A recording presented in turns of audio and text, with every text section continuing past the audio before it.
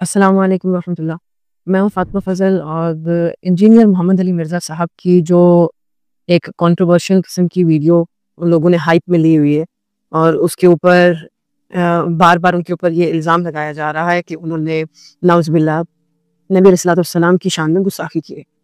میں نے وہ پوری ویڈیو دیکھی اور مجھے کہیں پہ بھی یہ نہیں لگا کہ انہوں نے قطعاً نبی علیہ الصلوۃ والسلام کے لیے کوئی ایسے الفاظ استعمال کیے ہوں جس میں ان کی توہین کی گئی ہو.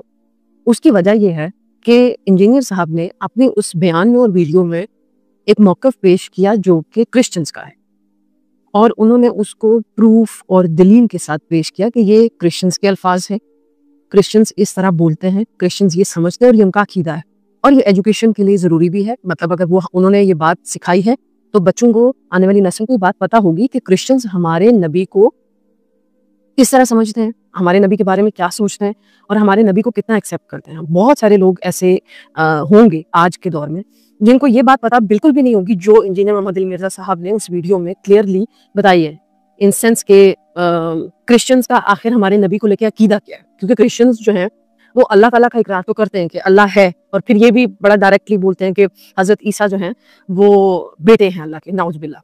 لیکن یہ بات بہت کم لوگوں کو پتہ تھی اور بہت کم لوگ یہ جانتے تھے کہ آیا وہ ہمارے نبی کو کیوں نہیں مانتے.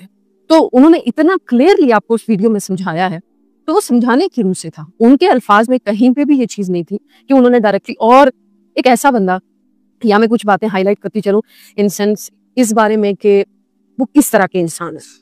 میں نے انیشلی جب اسٹارٹ میں انجینئر محمد علی مرزا صاحب کا عروج کا ٹائم شروع ہوا اور جب ان کی باری میں ویڈیوز وائرل ہونا شروع ہوئی تو میں نے اپنی یونیورسٹی میں اپنے ٹیچرز کے منہ سے یہ الفاظ سنے کہ بہت بڑا فتنہ ہے, انجینئر محمد علی مرزا بہت بدتمیز آدمی, بہت بلنٹ آدمی, اور اس کو بالکل نہیں سننا اور بہت بڑا فتنہ ہے اور بلا بلا بلا بلا. تو وہ کہتے ہوتے ہیں نا کہ ایک نیچرل سا ایک لا ہے کہ جس چیز سے جتنا روکا جائے اس کی کریوسٹی اتنی بڑھتی ہے. تو یہ تو ہر بندے میں ہوتا ہے. اگر آپ کو کہا جائے نا کہ فلاں چیز کو کلک نہیں کرنا, بندہ کہتا ہے میں اب کلک کر کے دیکھوں گا ہوگا کیا. میں نے سننا شروع کیا, پھر میں نے ڈیٹیل میں ان کے بارے میں جاننا شروع کیا. اس بندے کے ذہن میں جتنا ان کے الفاظ سے اور ان کے کہہ لیں کہ اخلاق سے جتنا پتہ چل, اس بندے کے ذہن میں ایک ہی چیز ہے کہ وہ اپنے اللہ اور اس کے رسول محمد صلی اللہ علیہ وسلم کا جو ریئل فیکچول بکش دین تھا وہ آپ تک لانا چاہ رہے تھے. میں آج ہی میں پروفیسر صاحب کا شاید نام بھول رہی ہوں, میں نے ان کا ایک لیکچر دیکھا. انہوں نے ماشاءاللہ اتنی خوبصورت بات اس لیکچر میں سکھائی ہوئی تھی کہ ہم لوگ اللہ تعالیٰ کے ساتھ, اللہ اور انسان کا تعلق اتنا قریب ہے کہ ان کے الفاظ اس طرح تھے کہ میں نے آج تک ایسا کوئی رشتہ نہیں دیکھا جو اللہ سے زیادہ اپنے بندے سے پیار کرتا ہو. یعنی ایک انسان سے اتنا پیار نہیں کر سکتا جتنا اللہ اپنے بندے سے کرتا ہے. لیکن جو ہماری کمیونٹی میں پچھلے کئی دہائیوں سے ایک بات چلی آ رہی تھی, فرقہ واریت اور ملاؤں کا ایک کانسیپٹ اور کلچر, جیسے کہ اگر کہا جائے فار ایگزامپل ایک محفل میں 4 لوگ بیٹھے ہوئے تو وہاں پر کوشش ہوتی تھی کہ دعا کرنی ہے, ہاں جی ملا کون ہے وہ دعا کرے گا, جنازہ پڑھانا ہے ملا کون ہے وہ جنازہ پڑھائے گا, نکاح پڑھانا ہے ملا کدھر ہے وہ نکاح پڑھائے گا. اتنا ایک کلچر خراب ہے کہ ریسنٹلی میں نے ایک نکاح میں یہ چیز آبزرو کی اور میں اتنی حیران ہوئی اس ساری سینیریو کو سن کے کہ جس طرح میں بیٹھی ہوں اس طرح لڑکی بیٹھی ہے, اینڈ اس کے رائٹ سائڈ پہ یا لیفٹ سائڈ پہ ایسے 7 آ کے مولوی صاحب بیٹھے ہیں اور وہ بیٹھ کے اس کو کلمے پڑھا رہے ہیں, پوچھ رہے ہیں. مطلب یہ کون سے اسلام میں یہ لکھا ہوا ہے؟ تو اتنا ایک کہہ لیں کہ اتنا فساد میں اس سینس میں کہہ رہی ہوں کہ اتنی اندھیر نگری بنایا ہوا تھا اسلام کو ملاؤں نے. وہ اس بندے نے آ کے, آپ یقین مانیں, وہ آئینہ صاف کیا ہے. تو اس بندے کو پریز کریں. آپ کو پتہ ہے اتنا پولیٹیشینز آپس میں بغض نہیں رکھتے جتنا ملا ایک دوسرے سے بغض رکھتے ہیں, اور یہ بہت بڑا فیکٹ ہے. ممبر پہ بیٹھا ہوا اگر ایک ملا چیخ رہا ہوگا اس کو نہیں برداشت کہ میری آواز سے اونچا کوئی دوسرا چیخے. اتنا بغض ہے. میرا مدرسہ ٹھیک چل رہا ہے نا, دوسرے کا اتنا ٹھیک نہیں چلنا چاہیے. اگر آپ ایک اسلامک انسٹیٹیوٹ چھوڑ کے دوسرے میں جائیں گے تو دوسرے کہیں گے کہ ہاں جی ہمارا انسٹیٹیوٹ بہت اچھا, ان کا تو خراب ہے, ان کے ہاں یہ برائیاں. تو اتنا بغض ان کا آپس میں ہے, وہ بغض اب یہ انجینئر محمد علی مرزا صاحب پہ نکالنا چاہ رہے ہیں. انجینئر محمد علی مرزا صاحب مسلسل جتنے سالوں سے بھی میں ان کو دیکھ رہی ہیں, انہوں نے اسلام کو سیکیور کرنے کی کوشش کی. سیکیور, اسلام کی غلط چیزوں کے خلاف پروٹیسٹ, اور اللہ کی وحدانیت اور رسالت کا جو ہے نا وہ علم بلند کرنے کے لیے وہ مسلسل کوشش میں ہے کہ یہ چیزیں میرے مسلمانوں تک.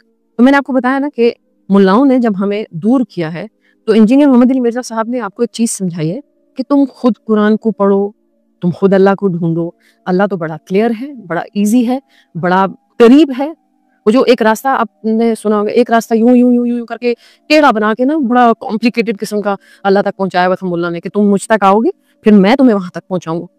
انجینئر محمد مرزا صاحب نے آپ کو ڈائریکٹ بتایا کہ مجھ تک آنے کی ضرورت بھی نہیں ہے, تمہارے پاس ایک کتاب ہے, وہ جتنی میری ہے اتنی تمہاری ہے, کھولو تم ڈائریکٹ اللہ تک پہنچ جاؤ گے. لیکن پھر ان کے اوپر ڈائریکٹ 295C کی دفعہ لگانا اور ان کو یہ کہنا کہ انہوں نے گستاخی کر دی ہے اور ان کو قتل کر دینا چاہیے اور وہ انسان جو ہے نا وہ معاشرے کے امن کے خلاف ہے اور اس انسان کو معاشرے میں ہونا ہی نہیں چاہیے, یہ واضح ہے. یہ بات پتہ نہیں کیوں سمجھ میں نہیں آتی ہے بڑوں کو کہ یہ واضح ہے کہ یہ بغض ہے, یہ کینہ ہے, یہ آپ کے دلوں کی نفرت ہے جو آپ لوگ نکالنا چاہ رہے ہیں. لیکن میں آپ کو ایک بات یہاں پہ واضح کرتی چلوں کہ میرے ملک کا سب سے بڑا مسئلہ یہی ہے کہ یہاں پر یونٹی نہیں ہے کسی طبقے میں بھی. پولیٹیشنز ہوں, مختلف ادارے ہوں, اسلامک اسکالرز ہوں, یونٹی نہیں ہے ایک دوسرے کے اوپر. یہ ایک سب سے مزیدار چیز ہے. پھر یہاں میں ایک اور بھی بہترین بات کرتی چلوں اور ضروری بات کہ وہ لوگ جو بڑے بڑے تختوں پہ بیٹھے ہوئے ان کو انجینئر محمد علی مرزا کے لیے آواز اٹھانی چاہیے, اس سینس میں کہ میرا یہ پروفیشن ہے. پروفیشن تو نہیں کہہ سکتی, پروفیشن تو معذرت کے ساتھ یہ الفاظ اسلام کے ساتھ سوٹ نہیں کرتا, لیکن میں یہ کہہ سکتی ہوں کہ میں ایک ادنا سی طالب علم ہوں دین کی, اور میرے ہی طبقے سے انجینئر محمد علی مرزا صاحب کا تعلق ہے کہ وہ بھی اسی کام کو جاری و ساری رکھ رہے ہیں, اسلام کے اوپر بات کرتے ہیں. تو میں تو ان کو سیکیور کروں گی, ان کے لیے آواز اٹھاؤں گی اس سینس میں کہ اس بندے نے اگر جینون گستاخی کی ہوتی تو وہ الگ بات تھی, لیکن کنایا ڈھکی چھپی باتوں میں پھنسا کر جان بوجھ کے اور ان کے اوپر یہ 295C لگانا, یہ کسی بھی ایجوکیٹڈ یا جہاں پر رول آف لا ہو ایسے معاشرے میں یہ چیزیں نہیں ہوتی ہیں. آپ کو پتہ اسلام کا ایک قانون ہے کہ جب شوہر بیوی کو طلاق دے تو اگر وہ طلاق مبہم الفاظ میں ہو, یعنی جو ڈائریکٹ الفاظ نہ ہو, ایک ہوتا ہے ڈائریکٹ ایک بات کو کہہ دینا کہ تم یہ وہ ڈائریکٹ ہو گیا, لیکن اگر اس نے مبہم کنایا الفاظ جیسے کہ تم میری طرف سے آزاد ہو, تم کو میں چھوڑتا ہوں, ٹھیک ہے, اب وہ چھوڑنے میں آزاد کرنے میں اور بھی بہت سارے مطلب نکالے, تو وہاں پر ہسبینڈ سے اس کی نیت پوچھی جاتی ہے, اس سے پوچھا جاتا ہے کہ تمہاری نیت کیا ہے یہ بات کہنے میں. تو انجینئر محمد علی مرزا صاحب کا تو وہ بیان آپ لوگ آن ایئر نیشنل ٹی وی پہ لگائے, اس میں کہاں انہوں نے یہ کہا ہے کہ میں یہ کہتا ہوں کہ نبی علیہ الصلوۃ والسلام کے بارے میں اس طرح کے الفاظ, نعوذ باللہ, میں تو ایسے الفاظ کو اپنی زبان سے کوٹ بھی نہیں کرنا چاہتی. کہاں ہے انہوں نے. آپ لوگ ٹیکنیکل لاجیکل فیکٹ پر بات کم کرتے ہیں, دماغ سے کم آپ فیصلہ لیتے ہیں اور ایموشنز کے ساتھ زیادہ لیتے ہیں. تو یہی سب سے بڑا مسئلہ ہے. دماغ کو استعمال کریں, جذبات کو کنٹرول میں رکھیں, کیونکہ جذبات کو کنٹرول میں رکھنے کے لیے ہی آپ کے پاس اسلام آیا ہے. اپنے ایموشنز کو ضبط میں کر کے ڈیسیژنز کرو. جزاک اللہ.